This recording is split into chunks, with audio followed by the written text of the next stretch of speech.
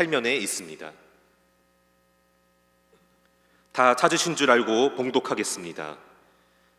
예수께서 다시 갈릴리 가나에 이르시니 전에 물로 포도주를 만드신 곳이라. 왕의 신하가 있어 그의 아들이 가버나움에서 병들었더니 그가 예수께서 유대로부터 갈릴리로 오셨다는 것을 듣고 가서 청하되 내려오셔서 내 아들의 병을 고쳐주소서 하니 그가 거의 죽게 되었음이라. 예수께서 이르시되 너희는 표적과 기사를 보지 못하면 도무지 믿지 아니하리라. 신하가 이르되 주여 내 아이가 죽기 전에 내려오소서. 예수께서 이르시되 가라 내 아들이 살아있다 하시니 그 사람이 예수께서 하신 말씀을 믿고 가더니 내려가는 길에서 그 종들이 오다가 만나서 아이가 살아있다 하거늘 그 낳기 시작한 때를 물은즉 어제 7시에 열기가 떨어졌나이다 하는지라. 그의 아버지가 예수께서 내 아들이 살아있다 말씀하신 그때인 줄 알고 자기와 그 온 집안이 다 믿으니라. 이것은 예수께서 유대에서 갈릴리로 오신 후에 행하신 두 번째 표적이니라. 아멘. 올해는 참 힘든 한 해였습니다. 왜냐하면 코로나19로 말미암아서 만날 수 있는 사람을 제대로 만나지 못하고 가고 싶어도 가지 못하고 또 마음껏 예배드려야 할 때도 예배드리지 못한 어려움이 있었습니다. 또 코로나19 때문에 경제적인 위기도 있었고요. 또 계속되는 폭우와 태풍으로 인해서 많은 사람들이 아픔을 겪기도 했습니다. 그리고 부동산 문제로 인해서 갈등이 계속되게 되고 정치적인 면에서는 또 끊임없이 제기되는 의혹으로 말미암아서 국민들의 마음이 나누어졌습니다. 올해는 정말로 문제가 없는 날들이 없었습니다. 그렇습니다. 우리 인생은 문제의 연속입니다. 문제가 없는 삶 아무도 없습니다. 문제는 아무 때나 찾아오고 예측할 수 없을 때에 문제들이 일어납니다. 그런데 놀라운 것은 우리에게 닥쳐오는 문제 하나하나를 재료로 삼아서 하나님은 기적을 창조하신다고 하는 것입니다. 예수님 문제 있는 사람들의 문제를 풀어주시고 해결하기 위해서 문제 있는 사람을 찾아가셨습니다. 요한복음 2장에 보면 가나 혼자 집에 포도주가 떨어진 사람 집에 찾아가서 포도주를 해결해 주셨습니다. 3장에 보면 니고데모라고 하는 사람이 영생의 문제에서 고민하고 있을 때 찾아가셔서 문제 해결해 주시고요. 요한복음 4장에 보면 남편이 5이나 있었던 사마리아 수가성의 여인을 찾아가서 그 마음의 문제를 해결해 주셨습니다. 오늘 본문의 말씀도 왕의 신하가 아들이 죽게 되었을 때 그걸 찾아가셔서 고쳐 주셨습니다. 하나님 우리에게 문제를 허락하십니다. 그런데 그 문제를 통해 더 잘 되길 원하십니다. 문제를 하나님께서 보내시거나 허락하신 것은 다 아닙니다. 어떤 경우는 사탄이, 악한 사람이, 사회적 구조가 우리를 더 비참한 환경으로 끌어가게 되고 우리를 문제 속으로 집어넣기도 합니다. 그럼에도 불구하고 하나님은 모든 문제를 재료로 삼아서 기적을 창조하시길 원하신다고 하는 것입니다. 그래서 우리의 문제는 문제 자체가 문제가 아닙니다. 문제를 어떻게 보느냐, 문제를 어떻게 반응하느냐, 문제를 어떻게 해석하고 그 문제를 어떻게 활용하는지가 문제라고 하는 겁니다. 많은 사람들은 문제 때문에 고통을 당합니다. 문제 때문에 좌절하고 절망합니다. 문제 때문에 몰락하기도 합니다. 그런데 문제를 잘 다룬 사람들은 더 잘된 것을 보게 됩니다. 성경에 보게 되면 문제가 있었음에도 잘 되는 경우가 많이 있어요. 조금 전에 이야기했던 갈릴리 가나 혼잔치 집에서 포도주가 떨어졌을 때 이분은 그 문제 때문에 포도주를 6통이나 더 얻는 은혜를 받게 되게 되고 온 가족이 예수 믿는 복을 받게 되었습니다. 그래서 우리에게 문제가 있을 때 어떻게 이 문제를 갖고 기적을 창조할 수 있는가? 오늘 우리가 당면한 여러 가지 문제가 있는데 어떻게 이 문제를 해결할 수 있는가를 생각해 봐야 되는데, 먼저는 문제를 해결하려고 한다면 문제를 가지고 예수님께 나오라는 것입니다. 그것의 전문가에게 모든 문제를 찾아가듯이 우리 인생의 모든 문제를 해결할 수 있는 예수님께 문제를 갖고 나가면 예수님께서 그걸 잘 다루어서 우리에게 복되게 만드신다는 겁니다. 문제는 잘 다루면 약이 되지만 잘못 다루면 독약이 될 수 있습니다. 그래서 우리가 스스로 문제를 너무 힘들어 해결하려면 더 어려운 늪에 빠지게 되고 그물에 걸려서 움직이지 못한 것처럼 고난을 당하지만 문제 해결자신 주님께 나가면 내가 해결하지 못한 모든 문제도 해결되는 역사가 일어나게 되는 것입니다. 그래서 수로보니게 여인이 흉악히 긴 딸을 죽였는데 예수께 나와서 고침받게 되고요. 12해 동안 혈류 죽였던 여인이 그 문제를 가지고 주 앞에 나왔다가 고침받았습니다. 여러분, 문제가 무엇입니까? 건강입니까? 물질입니까? 아니면 자녀입니까? 사랑과의 문제입니까? 주님 앞에 내놓게 되게 되면 여러분의 문제를 해결하신 주님께서 해결해 주실 줄로 믿습니다. 할렐루야. 또 문제를 해결하려고 한다면은 해결책을 중심으로 우리가 생각해야 된다는 겁니다. 왜 내게 이런 문제가 생겼을까 원망하기보다는 어떻게 하면 이 문제를 해결할 수 있을까, 그 해결책을 갖고 살라는 거예요. 문제는 어느 각도에서 보느냐에 따라서 결과가 달라집니다. 물론 문제가 이러면 원인을 분석해야지요. 근데 분석하는 데만 맞춰서는 안 된다는 겁니다. 가장 좋은 문제의 분석은 해결책 중심으로 문제를 분석하라는 겁니다. 우리가 성경에서 만나는 기적을 경험했던 사람의 특징은 문제에 직면했을 때에 해결책을 중심으로 생각했던 사람들이었습니다. 그리고 그걸 위해서 움직였던 사람들입니다. 하나님은 우리에게 열매를 곧바로 주지 않습니다. 씨앗을 주십니다.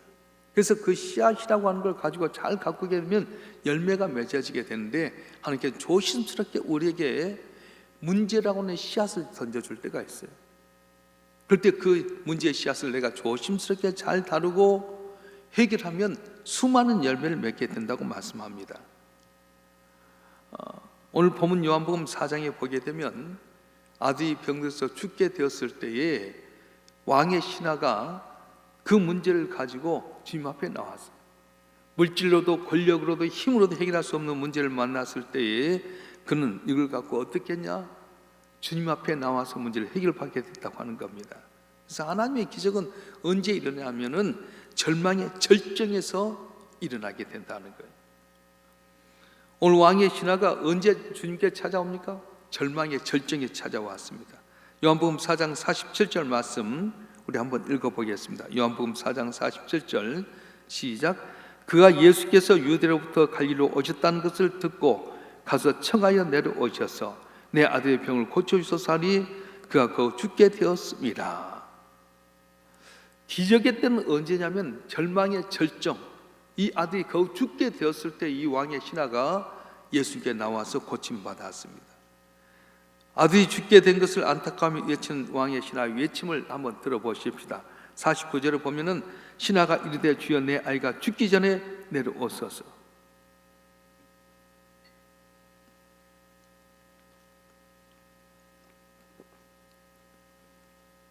하나님이 하신 일을 보면 참 신비롭습니다.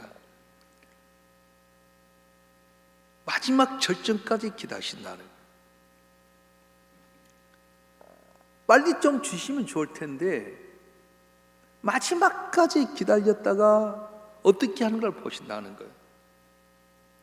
성경을 묵상하면서 깨닫는 것은 하나님의 기적은 우리가 절망의 절정에 나타나는 걸 보게 됩니다. 믿음의 조상인 아브라함을 보게 되면 그가 나이가 많이 들어서 이제는 더 이상 아들 낳을 수 없는 99세 때 절망합니다. 이제 자기 아내 사라의 몸에서 생리도 다 끝나버리고 말았습니다. 아들 낳을 수 있는 육신의 소망이 다 끝났습니다. 오직 남은 것은 좌절감과 절망감 뿐인데 바로 그 순간에 하나님께서 아브라함을 찾아오셔서 내일 이맘때 네가 아들을 낳으리라 말씀하셨고 기적을 주셨습니다. 요셉의 생애를 보면 기가 막힌 상황으로 하나님께서 몰아가십니다. 형제들이 그를 구덩이에 넣었습니다. 또 보디발 장군 집에 팔려가게 됩니다. 보디발 장군 아내 유혹을 이겼는데도 불구하고 억울한 누명 쓰고 지하 감옥에 갇혔습니다.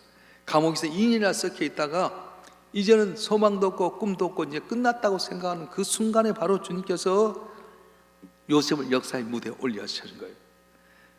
왕이 꿈을 꾸어가지고 그 꿈을 해석하고 대안할 수 있는 방법을 언제? 나는 끝났다고 생각하고 그때 오셨다는 거예요. 에스더의 생애를 보면 하만 때문에 수산에 살고 있는 모든 유대인이 멸족을 당할 수밖에 없는 위기에 있었습니다. 날짜가 12월 13일로 정해졌습니다. 죽임을 당할 날만 기다리고 있습니다. 바로 그때 하나님께서 임하셔서 문제를 역전시켜 주셨습니다. 절망의 정정에서 하나님의 기적이 나타납니다. 하나님이 하신 일을 보면 정말 아슬아슬하게 됩니다. 그래서 하나님이 원하는 게 뭐냐면 마지막까지 네가 나를 의지하느냐 그걸 보신다는 거예요. 다니엘의 세 친구들이 풀무불 가운데 들어갈 수밖에 없을 때 하나님은 어떻게 한가 봤어. 느부갓네살 왕의 금신상에 절하지 않으면 뜨거운 풀무불 가운데 들어가게 되는데 불러서 다시 회유합니다. 절하면 안 열겠다. 아닙니다. 들어가도 하나님 살리실 거고요. 아니어도 우리는 절하지 않겠습니다. 풀무불 가운데 들어가 버렸어요. 들어갈 위기가 풀무불 안에 들어갔는데 거기서 하나님이 건져주신 겁니다. 다니엘도 마찬가지입니다. 며칠 동안 금진 사자굴에 들어가 버렸어요. 들어갈 그 순간이 아니라 들어가 버렸는데 그때 하나님께 사자의 입을 막으셔서 건지셨다는 거예요. 절망의 절정. 나사로는 언제 살리셨습니까? 죽은 지 나흘이나 됐잖아요. 죽게 됐습니까?가 아니라 죽어버린 나흘 만에 주님께서는 나사로를 살려주셨습니다. 물론 하나님께서는 우리가 고통당하는 것, 마음 저는 것 좋아하는 분이 아닙니다. 성경 전체 내용을 보게 되면 하나님 절대 그런 분이 아닙니다.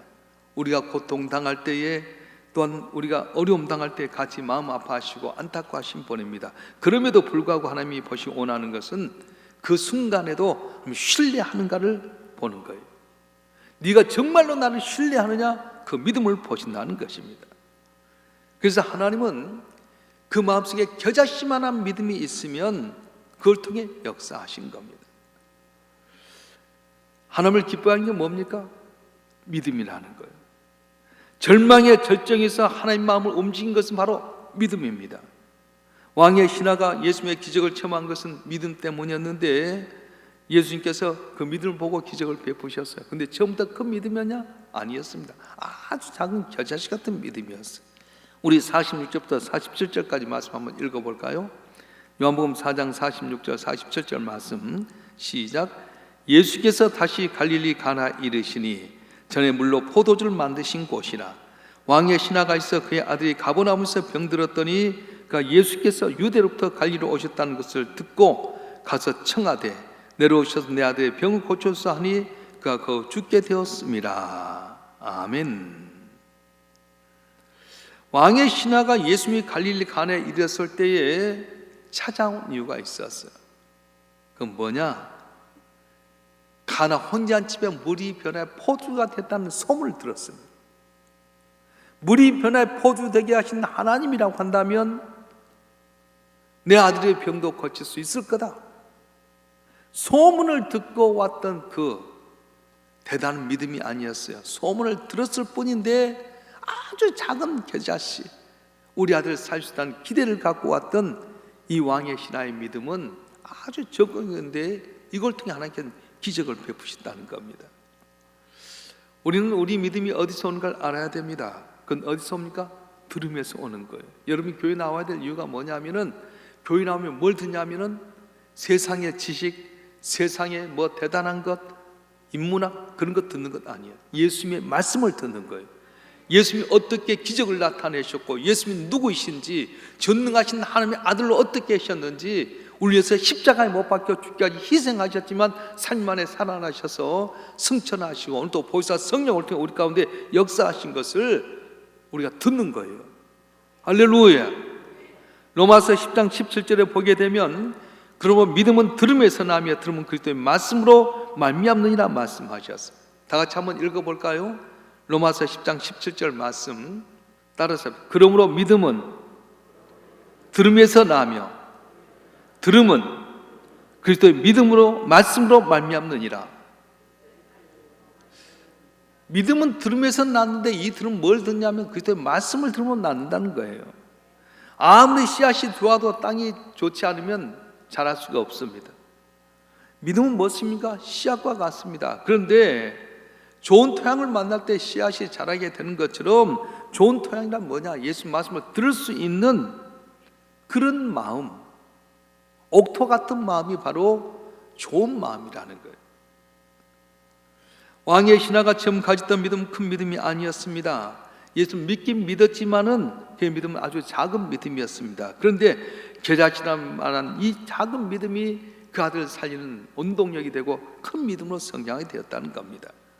마태복음 17장 20절에 보게 되면 이르시되 너희 믿음이 작은 까닭이니라. 진실로 너에게 이르노니 만일 너에게 믿음이 겨자씨 하나만큼만 있어도 이 산을 명하여 여기서 저기로 옮겨지라 하면 옮겨질 것이요 또 너희가 못할 것이 없으리라 말씀하셨습니다. 겨자씨만한 믿음이 있으면 이 산을 들어서 저기로 옮기라면 옮겨질 거라고 말씀하셨어요. 산을 옮길 수는 하나님이 하십니다. 그런데 하나님의 마음을 감동시킨 것은 겨자씨만한 믿음이 한다는 거예요. 제가 책을 읽다 보니까 아주 재미있는 이야기가 있어서 소개하고자 합니다.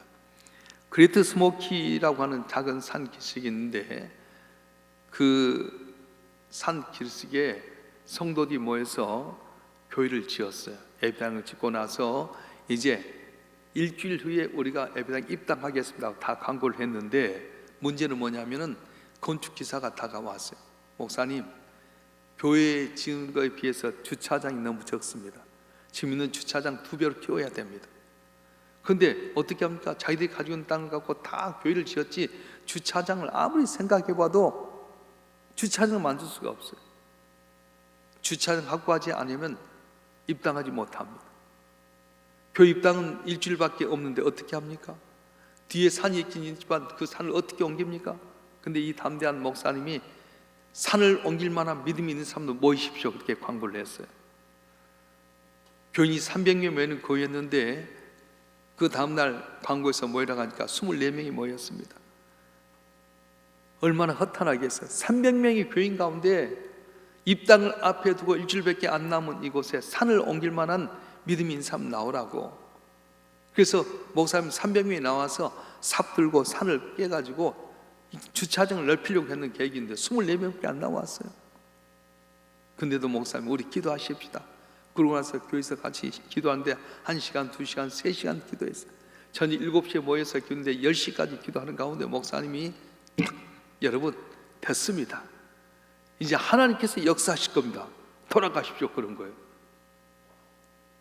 지금 300명이 나와서 별짓거리 해도 뒤에 있는 일주일 안에 산에 주차장 만들기도 힘든데 목사님 3시간 같이 24명이 기도하는 가운데 됐다. 하나님이 역사하신다. 그러고 나서 그 다음날 목사님께서 이제 집무실에서 이렇게 설교 준비하고 있는데 누가 녹화했어요. 누구세요? 들어오세요. 아 목사님 죄송합니다. 전 옆에 마을에 있는 건설회사의 소장인데 우리가 지금 큰 건물을 짓고 있습니다. 대형 쇼핑몰을 건축 중에 있는데 땅을 메꿔야 됩니다. 근데 흙이 없으니까 뒤에 있는 산을 우리에게 파십시오. 산 다 처리하고 거기다 다 해서 도로도 포장하고 전체 다 해드리겠습니다. 그래가지고는 그 큰 산을 비싼 가격에 팔게 되고 다 그 회사에서 들어가고 아스팔트 다 해가지고 거기다가 딱 주차장까지 해서 입당하게 됐다는 거예요. 할렐루야. 오늘 또 거짓말 같은 기적의 역사가 일어납니다. 제가 잘 아는 분은 암이었어요. 암으로서 사기까지 왔어요. 다 끝난 줄 알았답니다. 그런데 하나님께 기도하는 가운데 얘야 내가 고쳐주마 그 음성을 들었어요. 얼마나 눈물을 흘리고 나서요. 근데 입맛이 돋워지고 괜찮아서 병원에 갔더니 신기하게도 암 사기였는데 암이 하나도 안 보였다는 거예요. 할렐루야. 제가 가까이 있는 분이 그런 분이 있어요. 사랑하는 성도 여러분, 하나님 지금도 살아 역사하십니다. 하나님 우리의 겨자씨만 믿음을 활용하신 분입니다. 작은 믿음에서 출발도 좋습니다. 세상의 모든 건 작은 것부터 시작했습니다. 거대한 나무도 작은 씨앗에서 시작했고요, 거대한 빌딩도 벽돌 한 장부터 시작했습니다.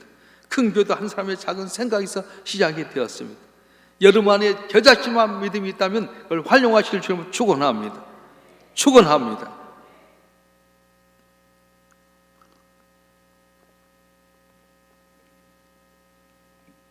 하나님은 누구를 통해 기적을 나타내시냐면 믿음의 능력을 믿는 사람을 통해서 기적을 역사하신다는 거예요.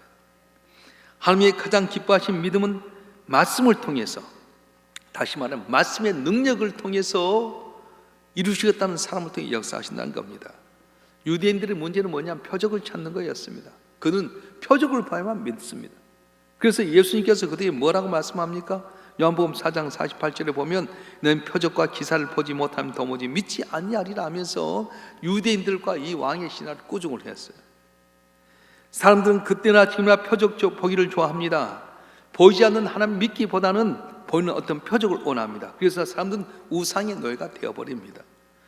보이지 않는 하나님과 말씀을 믿지 않을 때 사람들은 보이는 것을 믿으려고 하는데 보이는 것만 집착한다는 거예요. 우리 삶 가운데 예수님의 기적은 참 중요합니다. 그런데 예수의 말씀은 더욱더 중요합니다. 표적 신앙을 가지되 말씀을 무시하는 사람들은 표적을 봐도 예수를 믿지 않습니다. 예수님 당시에 많은 사람들이 얼마나 많은 표적을 보았습니까? 귀신을 쫓아내고 병든 자를 낫게 하고 죽은 자를 살려내고 벌떡 다시 물고기 틈을 5천을 먹이도 12강쥐를 낫게 하고 놀라운 표적을 줬는데 표적의 신앙만 봤던 사람은 예수님을 다 부인하고 떠나버리고 말았습니다. 말씀 신앙이 뭡니까? 말씀 신앙은 오직 예수의 말씀을 통해서 예수님을 신뢰하는 것입니다. 기적을 보든 안 보든 간에 오직 말씀에 의존해서 사는 것이 바로 말씀 신앙이라고 말하는 거예요. 그런데 말씀 신앙은 결과가 항상 표적이 따르게 되어 있습니다. 그리고 그것이 바로 예수님을 철저히 따라갈 수 있게 만드는 겁니다. 표적을 따라가고 살아가면 말씀을 믿지 않고 떠나버릴 수 있지만 말씀의 능력을 믿으면은 결과는 표적까지도 보게 되게 되고 예수님을 끝까지 믿게 된다고 하는 거예요. 할렐루야. 그래서 예수님 표적을 찾는 유대인과 이 왕의 신화를 꾸중했는데 왕의 신화는 물러가지 않습니다. 계속해서 간청합니다. 이 물러서지 않는 믿음에 대해서 주님은 감동하셨습니다. 사실 이 왕의 신하의 마음속에는 믿음이 점차 자라고 있었어요. 물러서지 않는다고 하는 것은 포기하지 않는다는 것이고 포기하지 않는다고 하는 것은 믿음이 자랐다는 증거입니다. 그래서 예수님께서 이 왕의 신하의 믿음을 보고 말씀하시는 거예요. 우리 50절 말씀 한번 읽어보겠습니다. 요한복음 4장 50절 말씀 시작. 예수께서 이르시되 가라 내 아들이 살아있다 하시니 그 사람이 예수께서 하신 말씀을 믿고 가더니 이 신하는 예수님이 하신 말씀만 믿고 내려가고 있습니다. 아직 기적 보지 못했습니다. 근데 예수님의 말씀 믿고 내려간 것입니다. 그 결과 어떻게 됩니까? 예수님의 능력을 체험했어요. 우리 51절부터 53절까지 말씀 한번 읽어보겠습니다. 시작. 내려가는 길에서 그 종들이 오다가 만나서 아이가 살았다 하거늘 그 낳기 시작한 때를 물은즉 어제 제7시에 열기가 떨어졌나이다 하는지라. 아비가 예수께서 내 아들이 살아있다 말씀하신 그때인 줄 알고 자기와 그 온 집이 다 믿으니라. 아멘. 왕의 신하는 예수님의 말씀을 믿었습니다. 그리고 그 말씀의 능력이 정확하게 언제 일어난지를 확인하기 위해서 애가 낳기 시작한 때가 언젠가 물었더니 말씀하신 그때의 아들이 난 걸 보게 되고 그 아들이 살아나는 걸 보게 되고 그와 그 온 가족이 예수를 믿게 되고 말씀하신 겁니다. 하나님은 뭘 위대하게 보냐? 말씀 신앙. 눈에 보이는 표적을 보고 믿는 것이 아니라 말씀만 하옵소서 그리하면 낫겠나이다 했을 때 백부자의 믿음을 크게 보셨던 것처럼 오늘 또 주의 말씀을 믿고 살아가는 우리를 크게 보시고 은혜를 주실 줄 믿습니다. 그래서 예수님은 왕의 신하가 원하는 방법대로 기적을 베푸진 않았어요. 왕의 신하가 원하는 대로 가서 고쳐준 것 아니었습니다. 그런데 더 위대한 방법으로 그 아들의 병을 고쳐주셨습니다. 여러분, 하나님께 여러분 문제를 구체적으로 알으시길 바랍니다. 그런데 그 방법은 하나님께 맡기십시오. 우리가 이제 그 여호사밧 요람왕과 에돔 왕이 모압을 치러 가게 될 때 물 한 방울 나지 못하는 그런 상황 가운데 물이 떨어졌어요. 그때 엘리사를 통해 주셨던 말씀이 뭐냐면 이곳에 비가 올 기미도 없지만은 겨천을 많이 파라고 말씀했어요. 겨천을 팠는데 물이 안 나왔습니다. 문제는 내가 판 겨천에서 물이 나온 것이 아니라 에돔 편에 물이 나와서 겨천을 팠던 곳에 물이 고이게 되고 아침에 태양이 떠오를 때 핏빛같이 보여져서 모압의 왕이 판단 잘못해서 왔다가 결국 다 자중질환 멸망하고 말았어요. 그렇습니다. 하나님의 방법은 내 방법과 달라요. 하늘이 땅보다 높은 같은 내 생각보다 높다고 하십니다. 여러분이 원하는 방법이 있을 겁니다. 하나님 물질 이렇게 복 주세요. 복권 살까요? 어떻게 할까요? 여러분 방법이 아니지만 하나님 전혀 다른 방법으로 복을 내려 주실 줄로 믿습니다. 그래서 오늘 우리에게 중요한 것은 내게 있는 문제가 있는데 이 문제를 잘 다루면 축복의 재료가 된다는 겁니다. 내게 있는 문제가 기적의 재료가 될 수 있습니다. 왕의 신하의 가족은 문제 때문에 복을 받았습니다. 문제 때문에 기적을 경험하게 되게 되고 온 가족이 예수를 믿게 되었습니다. 한때 이 아들은 이 가정에 절망을 가져다 주었습니다. 문제 덩어리였습니다. 그런데 예수님이 이 문제 덩어리를 축복 덩어리로 만들어 주셨던 겁니다. 고통의 덩어리가 기쁨 덩어리가 되게 만들어 주었습니다. 혹시 여러분 가운데 여러분 고통 덩어리가 있습니까? 그 고통 덩어리가 축복 덩어리가 될 줄 믿습니다. 주님께 맡기면, 말씀을 믿고 주님 앞에 순종하게 되면 주께서 우리의 문제를 해결해 줄 줄 믿습니다. 성경 전체는 예수님이 누군가를 보여주잖아요. 그래서 우리가 교회에 나온 것은 예수님이 누구신가를 알기 위해서 나오는 거예요. 하늘 보좌를 버리시고 이 땅에 십자가에 못 박혀주게 우리 사랑하신 주님, 그 아들과 모든 걸 준다고 말씀하시지 않습니까? 자체를 봅시다. 여러분이 여러분 손자하고 만나서 맛있는 이렇게 떡이 2개가 있어요. 근데 이 2개 떡을 먹을 때 손자하고 여러분하고 있으면 떡을 2개 하나씩 나누면 되잖아요. 그런데 떡이 하나밖에 없어. 손자가 좋아하는 떡이야. 나도 먹고 싶어. 근데 이 떡을 누구에게 줘야 될까요? 할머니가 먹어야 될까요? 아니면 손자에게 줘야 될까요? 손자에게 주는 거예요. 왜? 사랑하니까. 사랑하면 주는 사람이고요, 사랑을 받는 사람은 사랑을 받기 때문에 이거 떡을 받잖아요. 마찬가지야. 하나님께서 아들을 주신 이유는 뭐냐면 너무나도 우리를 너무 사랑하시기 때문에 아들 예수를 우리에게 내주셨어요. 그래서 성경 이야기하기를 아들 예수를 십자가에 못 박혀 내어주신 하나님이 어찌 그 아들과 더 좋은 걸 주시지 않겠느냐 말씀하신 거예요. 하나님은 우리를 위해서 아들 예수를 십자가에 못 박혀 내어주셨습니다. 그걸 믿기만 하면 그 아들과 더 좋은 걸 줄 줄 믿습니다. 오늘 또 저와 여러분 한 번 한 번 예수님 누군 줄 알고 이 어려운 난간 가운데 낙심하고 좌절하기보다는 주님만 바라보고 주 앞에 문제를 내놓고 주님 의지하시길 주님으로 축원합니다. 할때 우리가 상상치 못할 놀라운 기적으로 이런 문제를 해결해 주시고 우리와 여러분 가정에 승리하는 은혜를 베풀어 주실 것입니다. 기도하겠습니다. 전능하신 아버지 하나님, 우리가 당면한 문제가 너무 많습니다. 끊임없이 다가오는 문제 때문에 좌절하고 절망할 때가 많습니다. 그런데 오늘 왕의 신하의 아들이 살려진 내용을 보게 되면 겨자씨만 믿음, 소문을 듣고 왔지만 그의 믿음이 자라나게 되게 되고 말씀에 순종해서 아들에게 갔더니 그 아들이 살아나는 역사가 있었습니다. 우리는 표적을 보고 믿으려고 하지만 표적만 보고 믿으면 말씀 없이 표적을 보는 것은 아무것도 아닙니다. 그러나 표적이 없을지라도 내가 말씀을 믿고 살아가게 되면 말씀의 결과에 표적이 있게 되게 되고 내 고통의 덩어리가 축복의 덩어리가 되고 내 문제가 간증이 된다고 하셨사온즉 코로나19 시대 속에 경제인 위기도 있고 여러 가지 어려운 갈등과 고통이 있지만 말씀 믿고 의지함으로 말미암아 우리가 주님으로 승리하게 도와주시옵소서. 내 고난이 간증이 되게 도와주시고 입술로 괴했던 것마다 알라리 열매 맺어 하는 영광을 같은 귀한 역사가 있나도록 복에 복을 다하여 주시옵소서. 우리 주 예수 그리스도의 이름으로 간절히 기도하옵나이다. 아멘.